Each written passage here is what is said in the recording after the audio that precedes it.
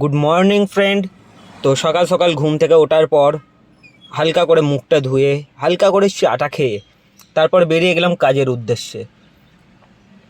তোমাদেরকে দেখাবো যে কাজ কোথায় যায় না যায়। তো দেখতে পাচ্ছ শর্টকাট রাস্তা মেরে চলে যাচ্ছি, কোনো অসুবিধা নেই। তো হঠাৎ করে দেখলাম সামনে একটা অটোটা কোথা দিয়ে এলো ভাই, এরকম অটো তো আমাদের এখানে থাকে না, বাট এসেছে হয়তো কোথাও দিয়ে। তো অটোটা কোনো প্রবলেম হয়ে গেছে, ফেসে গেছে অটোটা, 3-4 জনা মিলে তোলার চেষ্টা করছে। তো আমরা মেন রোডে চলে আসার পর তোমাদেরকে ফ্রন্ট ক্যামেরাতে একটু কিছু দেখালাম, দেখানোর পর সিধা এবার কাজের দিকে যাব। তো তোমাদেরকে সাথে সাথে এবারে ব্যাক ক্যামেরায় দেখানোর চেষ্টা করব। তো চলো পেছন দিকটাতে দেখা যাক ব্যাক ক্যামেরা দিয়ে সামনে কি হচ্ছে না হচ্ছে। তো সামনে সিগনালে জ্যাম পড়ে গেল, জ্যাম পড়ার পর তো একটু জ্যামটা কাটাতে হবে। কাকা কোথা দিয়ে ঢুকছো গাড়ি নিয়ে, একটু সাইড দাও সাইড দাও। তো কাকাটা সাইড দিয়ে ঢুকে আগে চলে এলো, ঠিক আছে কোনো ব্যাপার না, আমি একটু ডান দিক কাটিয়ে বেরিয়ে যাওয়ার চেষ্টা করব।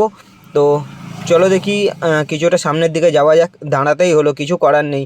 তো অনেকটা লেট যেহেতু হয়ে গেছে, আমি একটু তাড়াতাড়ি যাওয়ার চেষ্টা করছি কাজের দিকে। তো তোমাদেরকে দেখাবো কাজের দিকে মানে কীরকম অ্যাকচুয়ালি আমার কাজটা কি।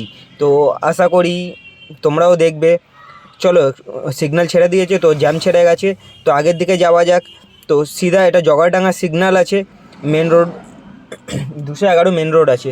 তো এখন সিধা যেতে থাকবো, কিছুটা রাস্তা আমাদের যেতে হবে। তো সকালে উঠিয়া আমি মনে মনে বলি সারাদিন আমি যেন ব্লগ বানিয়ে চলি। তো যাই হোক, তোমাদের জন্য যতটা পারবো ক্যাপচার করার চেষ্টা করব। চলো দেখা যাক কী হয় না হয় আগের দিকে। তো সবথেকে বড় কথা যেটা হচ্ছে, সামনে ড্রোজিও কলেজ সিগন্যাল আছে। তো আমি গাড়িটা কিছুটা গিয়ে একটু লেফট সাইডে সাইড করব, কারণটা হচ্ছে আমার ড্রাইভিং লাইসেন্সও আছে, পেপারস ওকে আছে, জাস্ট পলিউশনটা ফেল আছে গাড়ির। আর সামনে মামু দাঁড়িয়ে থাকে, গাড়িটা এখানে আমি একটু সাইড করব। আর সবচেয়ে বড় কথা হচ্ছে গাড়িতে লুকিং গ্লাস নেই, কারণ এর আগে আমি একবার ফাইন হয়ে গেছিলো আমার গাড়ির। তো যেহেতু লুকিং গ্লাস নেই আমি ফাইন দিতে পারবো না ভাই। তো চলো একটু বাড়া যাক, তোমাদেরকে ব্যাক ক্যামেরায় দেখিয়ে দেবো। গাড়ি সিগন্যাল ছেড়ে গেছে যেহেতু, তো গাড়ি ক্লিয়ার হচ্ছে, দেখতে পাচ্ছ। দিদি সরে যাও। তো সামনের গাড়িটা যাওয়া স্টার্ট করলো। তো আমি তোমাদেরকে একটু রাইট সাইড দিয়ে নিয়ে গিয়ে আমরা চলে এসেছি। আমি এই রাইট সাইডেই আমার বিল্ডিং আছে। তো ওখান দিয়ে স্ট্রেট গিয়ে আমি রাইট টার্ন নেব। তো দেখতে পাচ্ছ আমি রাইট টার্ন নিচ্ছি। রাইট টার্ন নেওয়ার পর এবারে লেফটে টার্ন নিলেই আইডিয়াল ইনক্লেভ চলে আসবে। তো ইন্ডিকেটার দেওয়া আছে আমার গাড়ির। তো চলো এবার আমরা লেফট টার্নটা নিয়ে দেখে নিই আইডিয়াল ইনক্লেভের ভেতরটা কেমন আছে না আছে, হালকা ফুলকা করে। তো এই যে আইডিয়াল ইনক্লেভ লেখাই আছে গেটে, দেখতে পাচ্ছ। তো এখানে গেট ফেলা আছে, কাকা ইন করে দাও।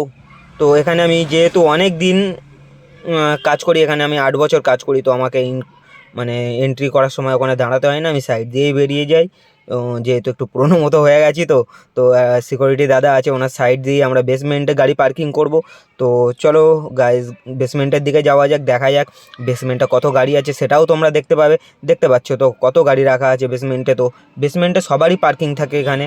তো এই যে সামনে দেখতে পাচ্ছ লেফট সাইডে এই যে গাড়ি, আমি বাইকটা ঢোকাবো। এখানে যে গাড়িটা আছে এটা আমার ম্যাডামের গাড়ি আছে, এবং ওপরে আর একটা গোল্ডেন কালার গাড়ি আছে, ওটা আছে টাটা অ্যালট্রজ, আর এটা আছে। চলো গাইজ আমরা চলে এসেছি। গাড়ি পার্কিং করার পর ম্যাডামের কাছে গিয়ে গাড়ির চাবি নিয়ে নিলাম। চাবি নেওয়ার পর চলে এসেছি টাটা অ্যালট্রজটাকে একটু ধুলো পড়ে গেছে, সাফ করব। তো হাতে ঝাড়ন নিয়ে আছি, দেখতে পাচ্ছ তোমরা। তো চলো একটু গাড়িটা ঝাড়ন দিয়ে ঝেড়ে নিই। ঝেড়ে নেওয়ার পর তারপর তোমাদেরকে সাথে সাথে নিয়ে যাব গেটের বাইরের দিকে। তো ওখানে বিশুদায়ের চার দোকান আছে, তো একটু চায়ের দোকানের দিকে যাব। যাই দেখে একটা, সত্যি কথা বলতে একটু সিগারেট খাই মাঝে মধ্যে।